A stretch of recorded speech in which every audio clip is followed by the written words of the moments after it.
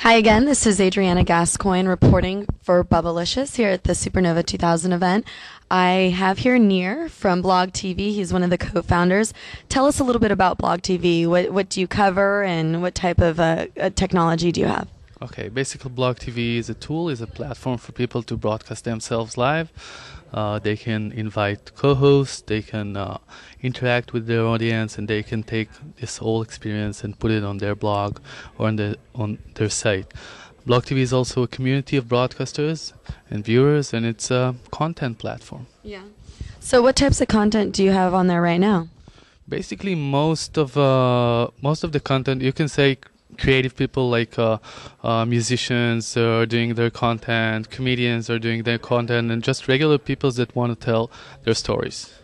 Is there a social networking aspect of it? Like, can people find their friends depending on if everyone likes comedy or if everyone likes sports? Yeah, sure. Blog TV is all about the content and the community. So there are a lot of social aspects like searching for people content and interacting with other people online.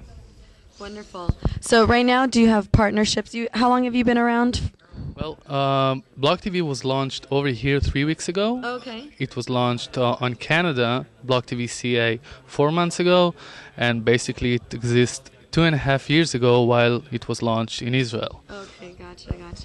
So do you have you developed partners in Hollywood or potential entertainment gurus that you think could enhance your product? Well, we are looking for them right now, so if someone is watching, yeah, we're looking for you. We're looking. Wonderful. Well, thanks so much. It's a pleasure. And blogtv.com, go check it out. Or is it blog.tv? No, blogtv.com. Okay, wonderful. Yeah, got it right the first time. Thanks so much. Take care. I'm here with Tan Tech, who is the chief technologist with Technorati. How's it going today? It's going very well. Good. So, our pleasure, of course. So, what's new at Technorati? What are some new announcements coming up, or any fun facts that you want to share with us? Just a few weeks ago, we launched a pretty major update to our website. Okay.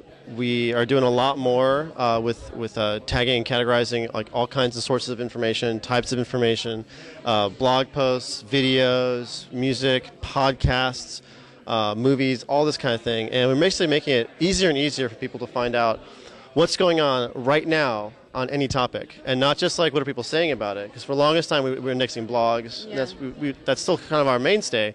But now we're also showing like, well, what are the videos that are going around a topic, or the pictures, or the podcasts, or anything, and really just trying to give users a real-time overview of what's going on a particular topic. So when something important happens, like the debates or something like that, you can go find out what are people saying, what kind of like photo creativity are they doing, what kind of videos are they making, etc. But in addition to that major upgrade, which I think most of our users are really into, we've got a really select sort of long-standing hardcore set of users that are really into blog search, really into. They just want their search. They want it fast. They want it simple. And we launched a brand new site called search.technorati.com, or for short, s.technorati.com, for those that want to type those extra few letters, right?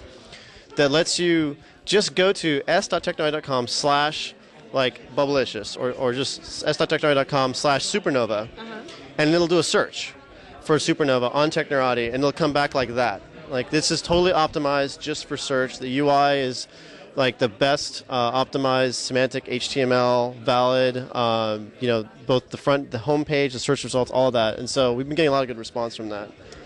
For like the hardcore searchers that really love searching, over 70 million blogs on the web. Oh, wonderful. Yeah. So Technorati has been around for a while. What are the differences, and how has the company evolved since the incipient stages? Well, Technorati really started with the founder David Sifry's vision of like, hey, who's linking to me? And that was like the very first thing we did, which you can still do on both the technorati.com and search.technorati.com. You can type in your URL and find out everyone that's linking to you recently. And what we added to that, we added search. So now you can find out like not just people are linking to Bubblicious, but people actually are talking about it as well, mentioning it. We also essentially ushered in this whole new era of distributed tagging.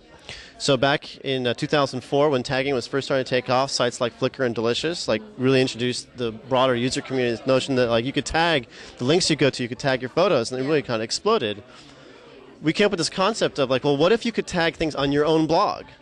Wouldn't that be cool? Yeah. Right? And so we came up with this microformat standard called rel tag that allows users to do that. And then we indexed it and produced it in results, and all of a sudden it just took off like crazy. So tags and topics in general have been a really big focus for us. And that's really, I think, what has grown a lot. But in addition to that, we've added all these widgets to our site. So if you're a blogger, you can come to Technorati, claim your blog, and then put like a little search widget so you can get Technorati real-time search. You can put a tag cloud widget because Technorati does a really good job of indexing people's tags and saying, here are your tags that are the most popular. And then you click on it, it shows you your posts from that tag. Interesting. Yeah. And there's a bunch of other work like that we've been doing. But it's been an interesting balancing act because on the one hand, there's a lot of people that are just searching for stuff. Yeah. Real time, right? I think that's most people, Yeah. right? And then there are like all the Googlers, we call them. the Googlers, yeah, exactly. And then there's bloggers that are really interested in not just searching, but they write about a topic, then they look for themselves, they look for other people, they look for who's talking about the topic, they do research, and it's a really different kind of person. And so it's been one of our biggest challenges has been like, okay, how do we provide an experience that works really well for both audiences? And that's been, we finally came down and said, you know what, we need to focus our site on like delivering the most user-friendly experience to the most users, and then our hardcore searchers, we need to give them a customized interface like that's just for them, like just what they want, and that's what we did. Definitely. Yeah, listen to your users, it's important. Oh yeah, definitely. Have focus groups, listen to your users, and then and evolve the product based on the feedback. Totally. Yeah. So you're at the Supernova conference. What do you think about it this year? So far I've actually enjoyed it quite a bit. Yeah. I helped. And not just the parties. I actually haven't been to any of the Supernova parties yet. It's been a little too busy. Yeah. This year, there's just a lot going on. Yeah.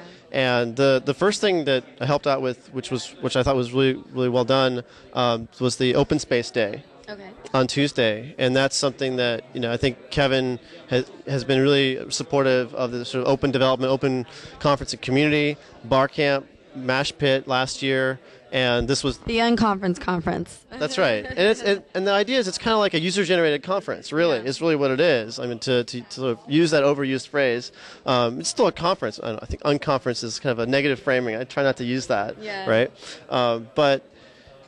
That was really good, and Deb Schultz and Kalia Hamlin did a great job of leading that effort. That was really good. I missed the workshops, unfortunately, yesterday, but today I saw a bunch of the sessions, and the Nathan Mervold is always a great speaker to listen to, and I think he was good. He's good. He's very self-deprecating. He's really good at that. He's like calling on some of the. What is it about self-deprecating people that's so funny?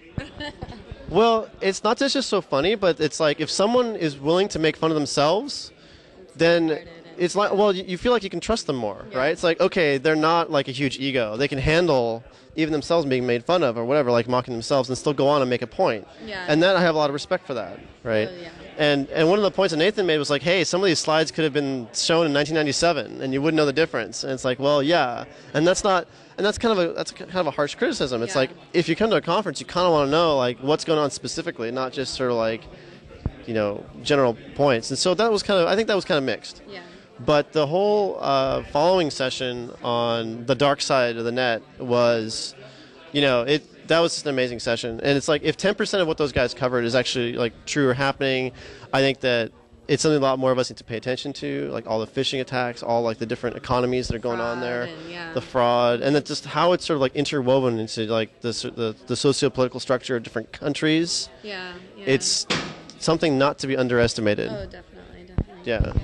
Well, on that note, thanks so much for taking the time, and we will check out Technorati. It's, I'm sure all of our viewers already know about it, and good luck. Thanks. We're looking forward to new announcements and any new things coming up for you guys. Okay. Thanks again. Thank you.